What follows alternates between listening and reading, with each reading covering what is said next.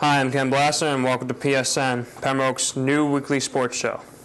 This week in Coach's Corner, we're talking with Brandon Hall and the newly formed JV golf team. Athletic Director Dana Batista will give us an update on Captain's Council, and we will have our weekly sports update for all of our teams and any school news as well. First, let's go to Shane Gallagher in the Coach's Corner. I'm Shane Gallagher, and we're with the JV golf coach today, Brandon Hall. Nice to meet you. Nice to meet you. This is the first year with the PHS, that PHS has golf. Can you tell us a little bit about it? Sure. The JV golf program kind of started about 7 or 8 years ago. The idea was that we would have a practice squad practicing while the varsity was playing. And it's tough for one person to watch 16 players out on a golf course because of the size of a course. So I had volunteered 7 or 8 years ago with Coach Consolati. I would go out with the practice squad, he would go out with the varsity team, and when the varsity team would travel, I'd stay back so these guys could develop. And we've been pushing for a JV program for quite a few years now, and school committee and Mr. Batista were generous enough to make that dream a reality. That's really good. How is this determined who plays on the varsity and the JV? Usually it's based on score and performance in practice. Sometimes it's matchups, for the team that we're facing. Sometimes it's style of game that a player might fit a course really well. If someone's kind of not really that long of a hitter and we're playing on a short course or a tight course, you might go with one guy over another. Stuff like that. A lot of times it's performance based though, and golf's kind of a neat sport in that way where you actually get a score and that's how well you did, and there's not a lot of interpretation that has to be done in another sport like maybe like a hockey or football. What advantages do you see with having the JV golf? It's definitely going to help us develop our program. We have 18 players this year on the whole team between JV and varsity. It's going to give us a good opportunity to give more kids a chance to play golf competitively. It's only going to help us in the long run. Does the team practice every day with the varsity? We do. Whenever the varsity and JV are practicing together, like yesterday on Monday, we practice both teams together. Today we have a JV match, our first one against Duxbury. The varsity team is away, so we usually try and do the matches, one's home and one's away at the same time. But if the varsity team is home and that JV can't get a match, we'll practice at the time of the match. Do a lot of schools have JV squads? I'd say in the Patriot League about half the schools do. Hanover does, Duxbury does. A couple of the other schools, I believe Whitman-Hanson does. So it's going to be pretty competitive golf for us, and we get to play on some great courses too. If you and head coach Paul Consolati would match up together, who do you think would win? Boy, that's a tough one. Coach Consolati's a pretty good golfer. He's been playing a lot longer than I have. If it was a height contest, I'm pretty sure I would win. But he's a longer hitter than I am, and actually he's a much better putter. So I would give it to him. I'd give him a run for his money, I think, if he gave me a couple of strokes, though. All right. Well, that's all we got. I'm Shane Gallagher, and this is Brandon Hall. To wrap up. I'm here in the AD corner, and I'm Zach Schaefer, and this is Athletic Director Dana Batista. We're speaking in the AD corner this week about today's Captain's Council. Can you tell us a little about the Captain's Council? Sure. Captain's Council developed 2 years ago when I took over. It's something I had seen a lot of schools do and saw that we didn't have it, so I thought and kind of, reached out to a bunch of other different schools what their model was and kind of modeled it after that. But it was something that we felt that was necessary here to develop leaders and leadership within our sports. So here we are now. We're 2 years into it, and it's going pretty well right now. And how important do you think it is for high school to have the Captain's Council? I think it's extremely important. I think it's a necessary part of the athletics, but it's also a necessary part of the school.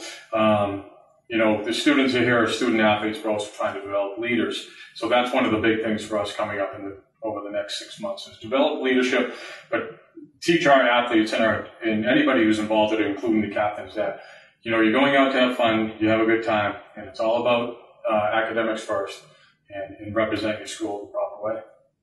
Thanks. And what are some of the things the captains on the Captain Council have done last year? Sure. In the last 2 years, 2 years ago, we had a huge food drive right before Christmas. we went out and the hockey team helped, and we got all the athletes involved. We raised about 2 tons worth of food and gave it to the Pembroke Food Pantry. Last year we worked with the Leukemia Foundation, raised over $8,000 and gave it to them. This year, what's on tap?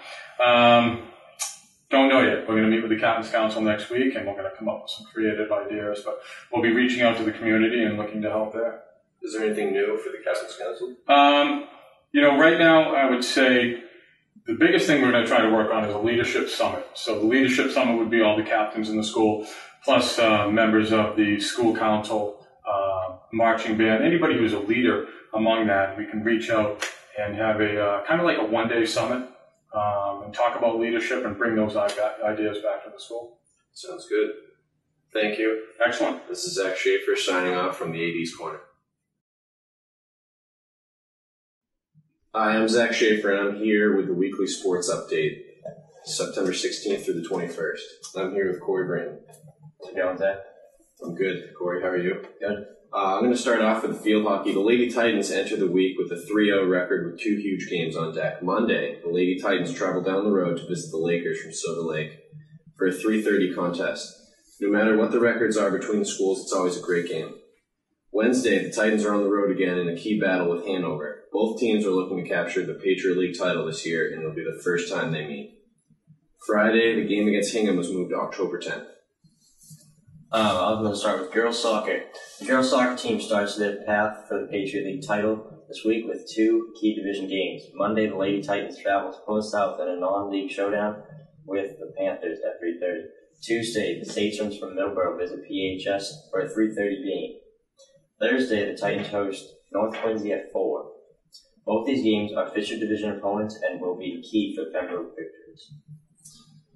In golf news, the golf team hits the links 3 times this week for key league matchups. Monday, the Titans will be looking to avenge an early season loss to Nauset with a 4:30 match on the Cape. The Titans are right back in action on Tuesday with the key contest with North Quincy at 4. The Titans are back on their home course hosting the Presidents for a 4 o'clock contest. We have cross country. The runners hit the road on Wednesday to take Hanover at Duxbury. The boys enter the contest at 2-0 and are looking to increase their record against a very good Hanover team. The girls, who Coach Z says are getting better each day, take on Hanover. This could be a key match in the search for the Patriot League title. In boys soccer news, boys soccer opens up this week at home on Monday in a non-league battle against Plymouth South at 3:30. The battle for league supremacy starts up Tuesday with the Titans traveling to Middleborough at 3:30. Thursday, the Titans hit the road again, this time at North Quincy to take on the Red Raiders at 4 o'clock. Both these games are Fisher Division contests and could prove big for the Patriots League title. In football news, the football team returns to the Gridiron Friday at 4 for a clash with non-league rival Olive Ames. 2 years ago, the 2 teams met in the first round of the playoffs with the Tigers knocking out the Titans. Last year, the Titans traveled to Olive Ames and lost a tough battle. Friday's contest should be key for this year's upcoming playoffs. That's it in football news. I'm Corey Brandon. I'm Zach Schaefer. Now we're going to send it over to Abby Burgess for your volleyball and school update. Thanks, Zach. And in volleyball news, the Lady Titans are traveling to North Quincy on Monday to take on the Red Raiders in what should be a key contest for the Patriot League title. Last year, the Titans beat the NQ at PHS to win the Patriot League. The Lady Titans close out the week with 2 home games, Wednesday versus Silver Lake and Friday versus Whitman-Hanson. Just a quick reminder that JV and freshmen both play first, which are followed by the varsity. In other Titan news, do you like what you see? Want to be part of PSN? See Mr. Batista. We are looking for co-hosts and film crew. Also, it is important to remember that schedules and games can change daily. You can follow Mr. Batista on Twitter at PemAthletics or go to the Pembroke School website and click on Athletics. Why are some games at 4 and others at 3:30? When Quincy, North Quincy, and Duxbury, and Hingham as well, play at PHS, the games are at 4 o'clock. Both Quincy's are because of the travel, and Duxbury and Hingham get out of school later. When the Titans hit the road, the start times are, except for Duxbury, we start the games at 3:45. Are you confused about what league Pembroke is in? The Titans are in the Patriot League that is divided into 2 divisions, Keenan and Fisher. Keenan consists of Duxbury, Whitman-Hanson, Silver Lake, Hingham, and Quincy. The Fisher division consists of Pembroke, Scituate, Hanover, Middleborough, and North Quincy. And that's it. Thanks for watching with Abby Burgess and PSN.